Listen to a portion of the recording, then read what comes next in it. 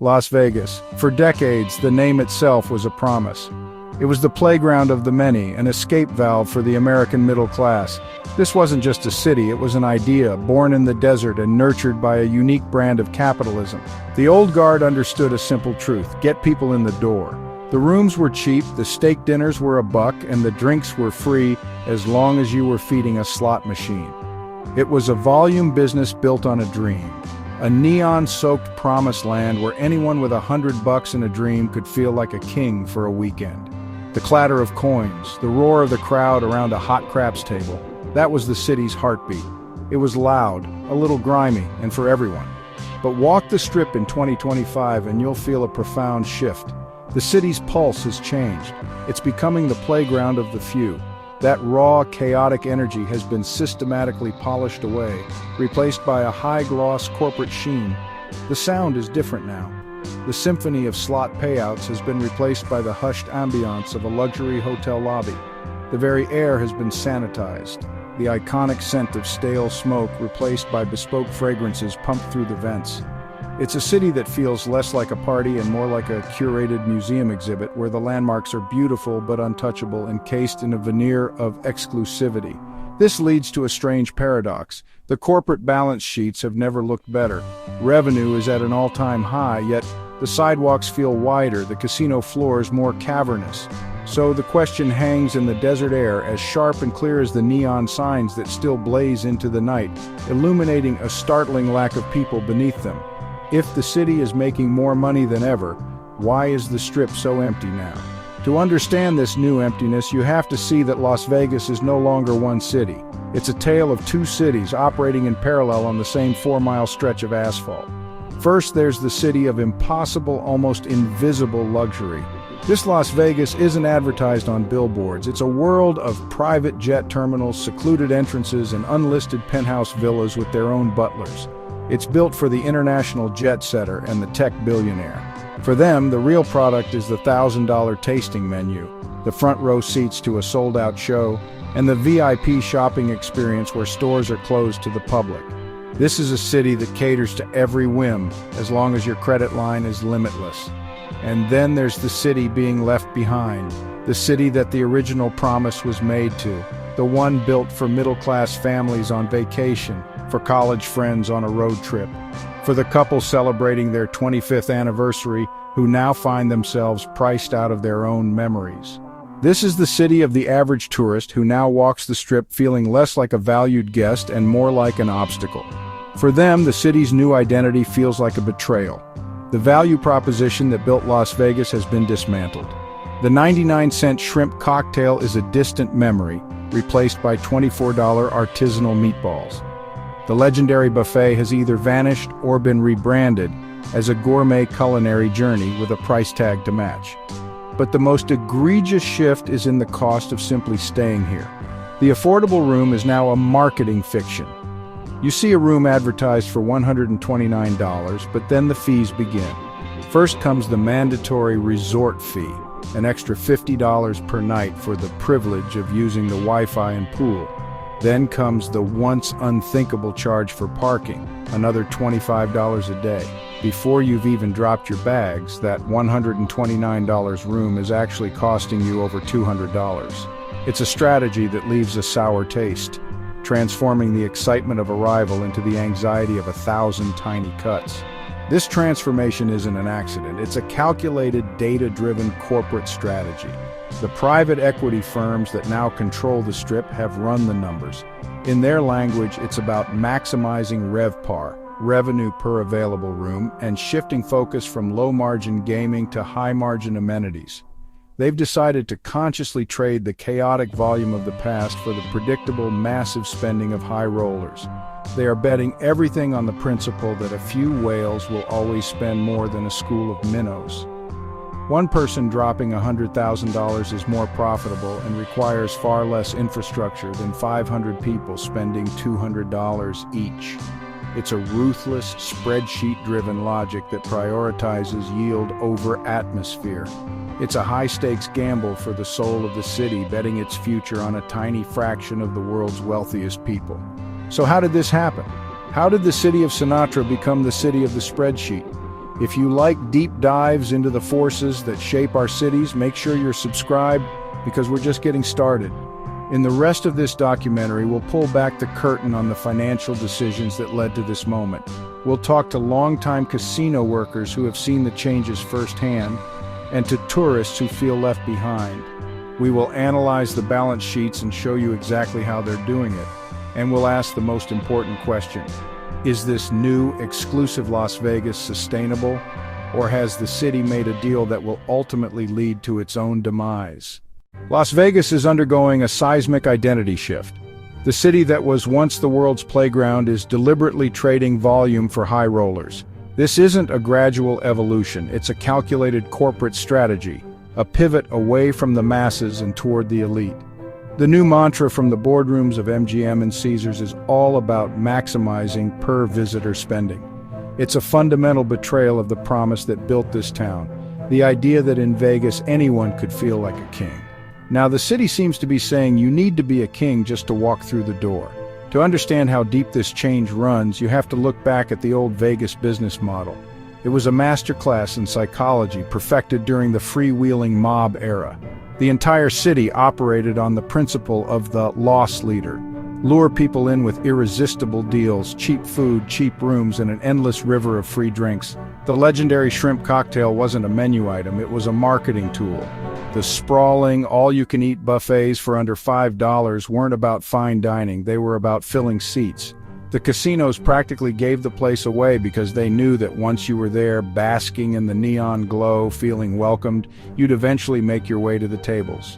That was the social contract. We give you incredible value, and in return, you give us a shot at your gambling budget. The casino floor was the only part of the equation designed to make money.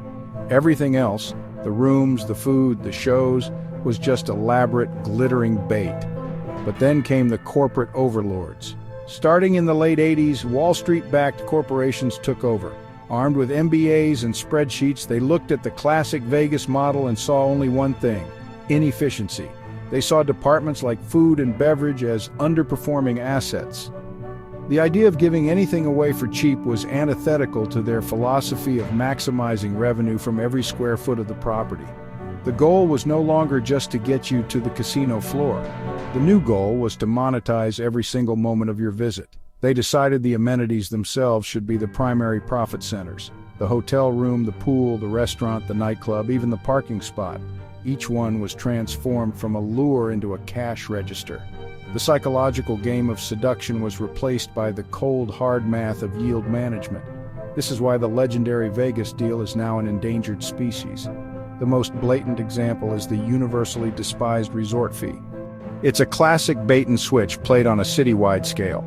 A hotel advertises a room for $59, but after a mandatory non-negotiable $45 resort fee and taxes, your cheap room costs over $110. And what does this fee cover? Things that used to be free, like Wi-Fi or pool access. It's pure profit, and it doesn't stop there. Paid parking, once unthinkable, is now the norm. The value proposition has been systematically dismantled. This shift isn't just financial, it's atmospheric. Walk through the new resorts, and where you used to find quirky souvenir shops, you now find a gauntlet of high-fashion boutiques.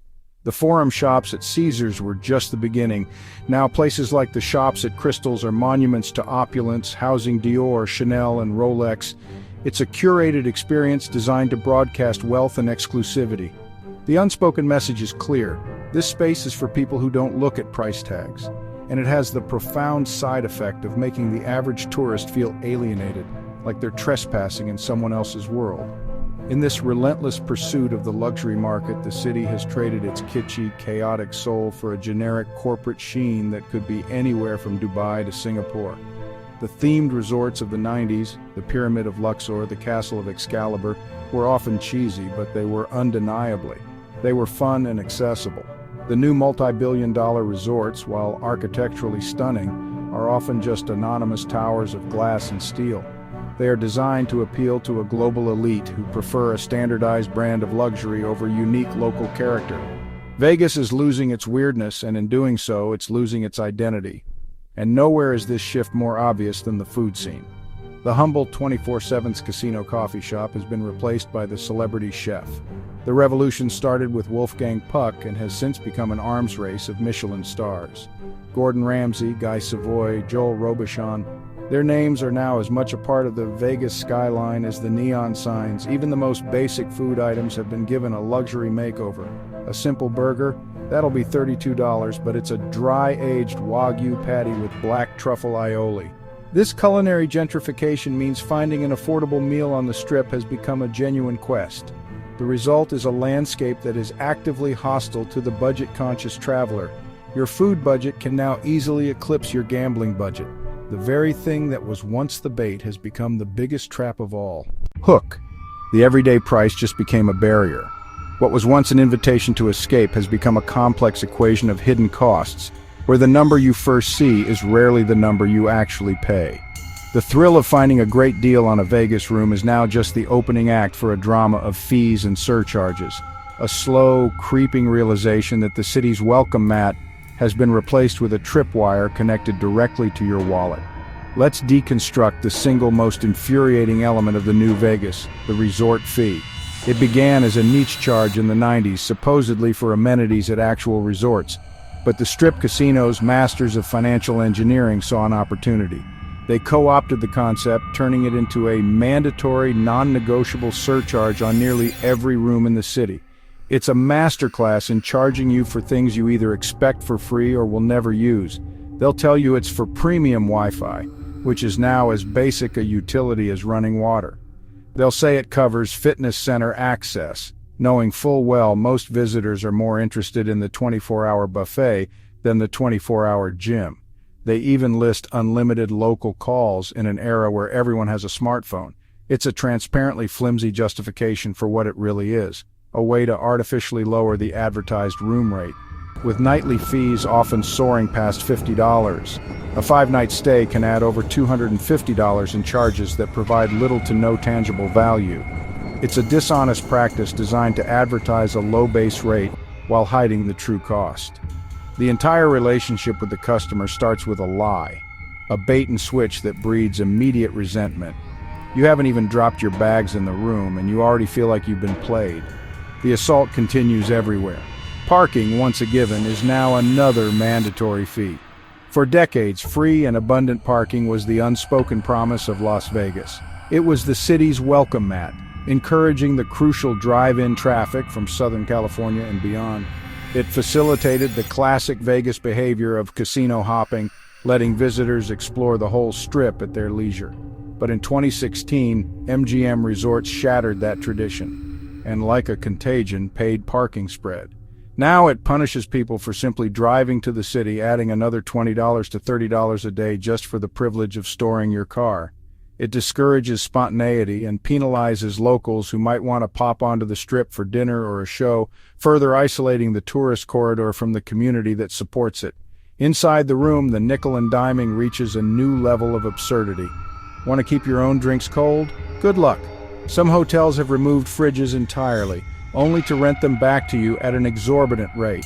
Others feature weight-sensitive minibars, where simply moving an item to make room for your own water bottle triggers a charge. It's a deliberate and hostile design choice, forcing you to pay $8 for their bottle of Fiji water instead of using the one you bought at CVS. It's a strategy of 1,000 cuts. The resort fee, the parking fee, the rented fridge, the $28 food court hamburger, the $22 poolside cocktail. No single charge is enough to make you walk away, but combined, they create an experience that feels predatory. The constant vigilance required to avoid these financial traps is exhausting. It replaces the carefree escapism that Vegas once promised with a persistent, low-grade anxiety. You're no longer just a guest, you're a revenue stream to be maximized at every possible turn. This philosophy is a stark betrayal of the city's own history. There was a time when the comp was a magical part of the Vegas vocabulary. It stood for complimentary, and it was the engine of loyalty. The old model was simple. Gambling was the main event. Rooms, food, and drinks were loss leaders, tools used to get people in the door and keep them playing. A pit boss had discretion. They could reward a loyal, low-stakes player with a steak dinner, not because a computer told them to, but because it was good business. It rewarded loyalty and made players of all levels feel valued. Today, the algorithms have taken over. Your worth is calculated by a soulless program that measures your every move. It tracks your coin in, your average bet, and your theoretical loss to the casino. The human element, the handshake, the personal recognition, it's all been stripped away. Your value is no longer judged by a person, but crunched by a server farm designed to give away as little as possible while extracting the maximum from your bankroll. The bar for earning even the most basic comps like free parking has been raised so high that the average visitor has no chance of reaching it. This data-driven stinginess is most obvious on the casino floor itself. The free drink service, once a fast-paced and celebrated perk of gambling, has slowed to a crawl. In many bars, you can't even get a comp drink without a machine flashing a green light to prove you're gambling fast enough. It turns a friendly gesture into a crude transaction. The human element is gone, replaced by a stingy, transactional process that benefits no one, least of all the cocktail servers whose income depends on tips. The cumulative effect of these changes is profound. It has fundamentally altered the psychological contract between the city and its visitors. The old promise was that the house would win, but it would give you a hell of a show and a great value for your money while it did. Now the house wants to win before you even place a bet. Vegas is no longer a city that makes the average person feel like a high roller. It's a city that makes them feel like they're being rolled. Who can afford to live near the Strip anymore? The same forces transforming the casinos are wreaking havoc on the real estate market, with new towers marketed not to locals, but to out-of-state investors and tech moguls. This influx of outside capital creates a speculative bubble, where the new, wealthy Vegas is literally being built on top of the old, working-class one. This tidal wave of gentrification is crashing into the neighborhoods that surround the Strip, wiping out the small businesses that gave the city its soul. The local diner and dive bar are replaced by $6 lattes and sterile yoga studios, sandblasting away the unique character of the neighborhood. The very people expected to provide world-class service are being pushed to the margins, facing impossible rents and longer commutes. This leads to the ghost mall effect, sprawling retail graveyards just a few blocks from the Strip's curated perfection. It's a symptom of a speculative economy gone wild. Owners would rather let properties sit empty for years, waiting for a jackpot tenant, than lease at rates a local business can afford. It creates a landscape of extremes, gleaming towers on one end, decaying storefronts on the other, with almost nothing for the community in between. Gamblers are no longer the king. Entertainment is. The modern Las Vegas business model has pivoted. The new kings of Vegas aren't the players. They are the ticket holders. The city is betting on you paying $500 for a concert ticket, $2,000 for a nightclub table, or traveling across the country for a football game. The consequence? The casino floor, once the thrumming heart of the property, can feel strangely subdued, almost like an afterthought. The real action is hidden away. Casinos have discovered it's more profitable to have one whale lose $1 million in a private salon than have 1,000 regulars on the main floor. This has led to fewer human dealers and more automation, further eroding the social, communal aspect of gambling that people loved. The casino floor feels less like a playground and more like a beautifully designed waiting room you pass through on your way to the main event. Tourists are walking away. To where? The average tourist, the backbone of this city for half a century, is starting to vote with their wallets. They feel betrayed by the new Vegas. They're taking the money they would have spent on a weekend in Vegas and realizing it can buy them a much better experience somewhere else. One of the biggest beneficiaries is the all-inclusive resort. For a single upfront price, the entire economic anxiety of the trip is removed. There are no surprise resort fees, no $25 poolside cocktails. You can put your wallet in the safe and not touch it for a week. The value proposition is overwhelmingly superior. Why spend a fortune to be stressed in the desert when you can relax on a budget in paradise? It's not just international travel. People are rediscovering domestic good-enough getaways like the vibrant music and food scene of New Orleans. Younger generations are often less interested in the manufactured spectacle of Vegas, drawn more to authentic, experience-based travel. Even regional casinos are capturing the market Vegas has willingly abandoned, the casual gambler just looking for a fun weekend. If the masses disappear, who's left working the Strip? The city's workforce is caught in the middle, squeezed between a soaring cost of living and an unstable tourist economy that no longer values volume. Corporations call it operational efficiencies. Workers experience it as layoffs, reduced hours, and a constant fear that their job could be next. The new economy is splitting the workforce in two. A small elite group caters to the rich, while the vast majority are seen as a cost to be managed. The promise of upward mobility, the idea that you could start at the bottom and work your way up, feels like a relic of a bygone era. By squeezing its most valuable resource, its people, Vegas is making a dangerous bet that it can maintain its illusion of luxury while treating its workers as disposable. Can Vegas survive this tilt toward exclusivity? The city is now dangerously dependent on a narrow and notoriously fickle demographic. A city built for the 1% is one recession away from a catastrophe. There's also the risk of overbuilding. We've seen this movie before in Vegas, and the city seems determined to learn the same lesson twice. The city is undeniably at a crossroads. The current trajectory of alienating 99% of its customers is unsustainable. One path forward lies in diversification, cultivating a genuine art scene, promoting ecotourism, and becoming a hub for industries beyond hospitality. Finding that balance between the high roller and the everyday person is the only way Las Vegas can secure a future that's as bright as its legendary neon signs. Las Vegas is redefining itself, trading its loud, chaotic, wonderfully tacky soul for a C-suite approved version of corporate luxury. The city that once made a plumber from Ohio feel like a king now seems designed to make that same plumber feel like he doesn't belong. The question that lingers is whether a city can surgically remove its heart and still survive. In achieving sophistication, it risks becoming something it was never meant to be: boring.